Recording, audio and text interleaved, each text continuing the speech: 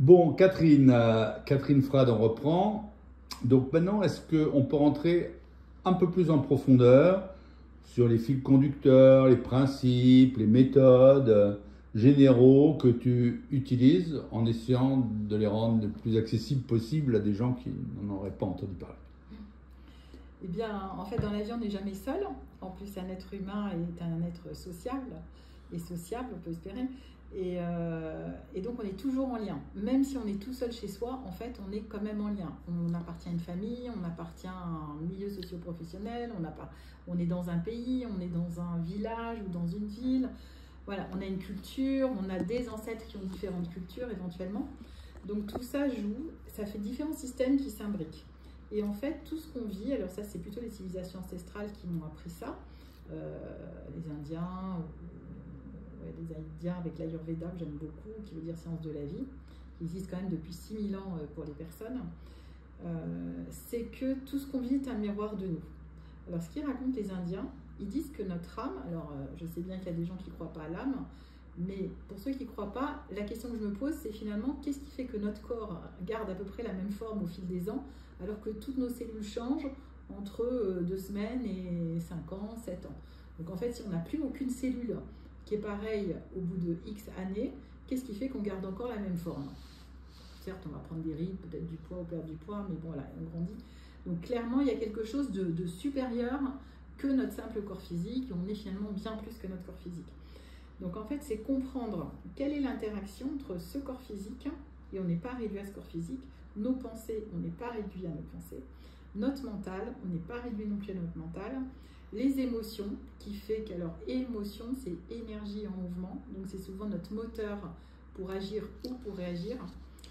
Et tout ça, en fait, les Indiens disent que notre âme, donc elle descend dans la matière à peu près 3 mois avant la date de notre conception, et pendant cette descente, elle se drape de mémoires, qui sont un peu comme des poussières invisibles qui sont dans le ciel, et on arrive sur Terre comme une chenille avec son cocon.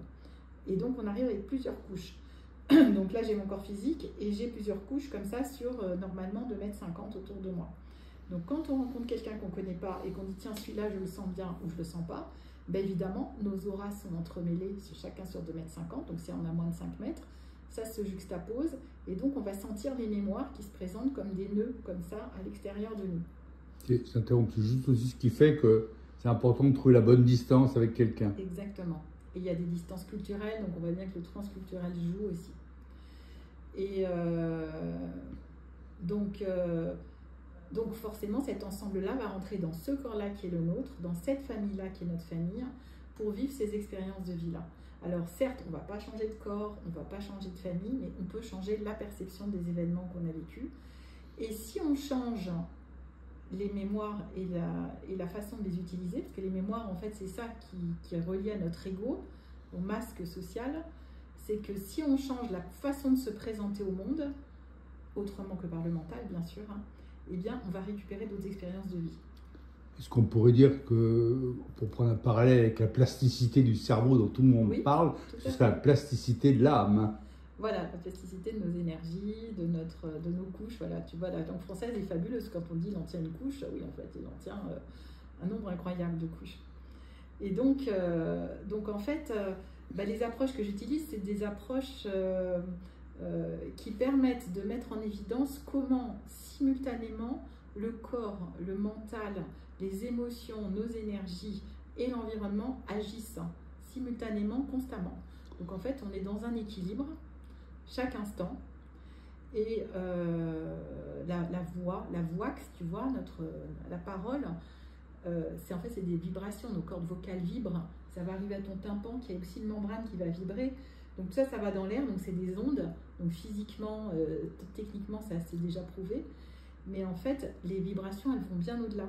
Et donc quand on dit être sur la même longueur d'onde, et bien en fait, ces vibrations, justement, sont en cohérence, par exemple ici entre les tiennes et les miennes, puisqu'on a choisi de faire cet exercice ensemble parce que c'est fluide entre nous, c'est agréable, autant faire quelque chose d'agréable, montre qu'on a en effet des choses en commun à faire ensemble. Et les personnes sur lesquelles on s'arrête, ou alors justement qui nous plaisent, mais pas du tout, c'est en général c'est un miroir de nous, avec des éléments qu'on aime ou qu'on n'aime pas de nous. Donc en fait, la seule question à se poser maintenant. Alors, je ne croyais pas du tout à tout ça, il y a ne serait-ce que 20 ans. Hein. Je n'étais pas du tout là-dedans, j'étais vraiment purement scientifique et cartésien. C'est que finalement, si dans notre vie, il y a quelque chose qui ne nous plaît pas, c'est quelle est la partie de nous qui l'a attiré, sachant que au-delà de ce corps, esprit, émotion, énergie, il y a plein d'autres parties. C'est-à-dire, il y a des comportements qui agissent comme des comportements inconscients, comme des programmes informatiques qui ne nous appartiennent pas, qui appartiennent peut-être au transgénérationnel, au transculturel, à des arrière-grands-parents, à 4, 5 générations, des fois plus, à des programmes de l'âme, à des pactes qu'on s'est fait peut-être, ou qu'on a eu, ou qu'on a reçu, ou qu'on s'est même émis à notre rencontre dans des vies antérieures, pour ceux qui croient. À ce jour, je ne sais pas si c'est des vies antérieures ou des vies parallèles, puisqu'on parle de lignes de temps. Et en fait, l'univers, ça serait comme des grandes trames. On aurait plein de fils invisibles comme ça. Et on communique sur ces fils. Donc en fait, il n'y a pas une réalité. Disons que, sans entrer dans les détails, il y a des gens qui sentent des présences d'informations. Voilà, ça a été, disons, relativement prouvé. D'autres le sentent moins. Ça, c'est clair, parce qu'ils ne sont pas attentifs, parce que ceci, parce que cela, à cause de leur histoire.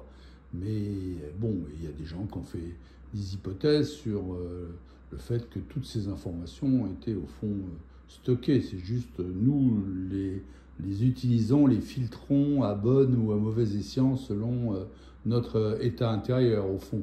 Au fond, ce que j'entends et ce que je comprends, c'est comment mieux se sentir responsable de ce que l'on est en percevant mieux ce qui se passe. Oui, et puis en fait, quand je dis que ces informations sont stockées, elles ne sont pas forcément stockées en nous, je dirais même. Oui, j'ai pas dit en nous, oui, dans l'univers, oui. Mais les gens ont tendance à croire que c'est stocké dans notre cerveau. Moi, je pense qu'en fait, notre corps et notre cerveau fonctionnent comme une antenne. Et donc, c'est stocké dans une partie invisible, dans les fameux clouds, mais là, pour le coup, humain. Et en fait, on capte en fonction de notre ouverture, de notre sensibilité, à un moment ou à un autre, puisque chacun de nous, on évolue. Je pense qu'il n'y a qu'une seule constante, en fait, dans la vie. La seule constante, c'est que ça change tout le temps. Le mouvement est tout. Voilà, la vie, c'est le mouvement.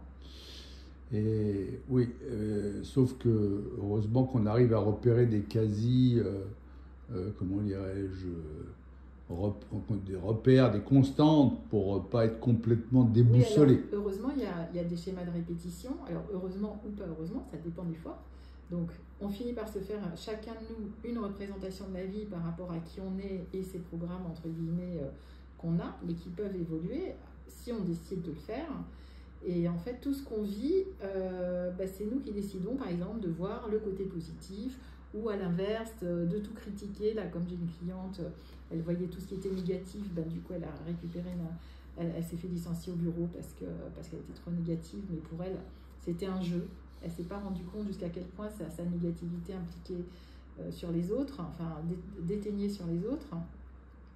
Mais ce qui est difficile, c'est que quand le cerveau est habitué, par exemple, à être dans le négatif, il a beaucoup de mal à sortir de là. Mais ça s'apprend, voilà.